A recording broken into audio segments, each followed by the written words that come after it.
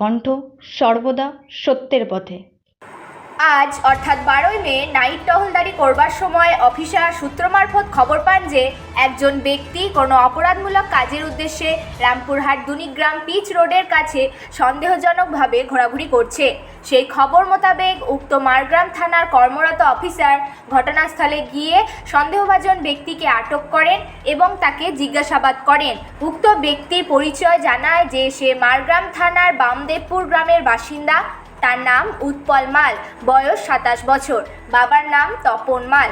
তারপর তাকে তল্লাশি করে তার কাছ থেকে একটি দেশি ওয়ান শাটার পাইপ গান টাইপ বন্দুক ও 2 রাউন্ড গুলি উদ্ধার করা হয়। তারপর তাকে মারগ্রাম থানার অফিসার আটক করেন। ধৃত উৎপল মালকে আজকে রামপুরহাটে আদালতে তোলা হয়েছে।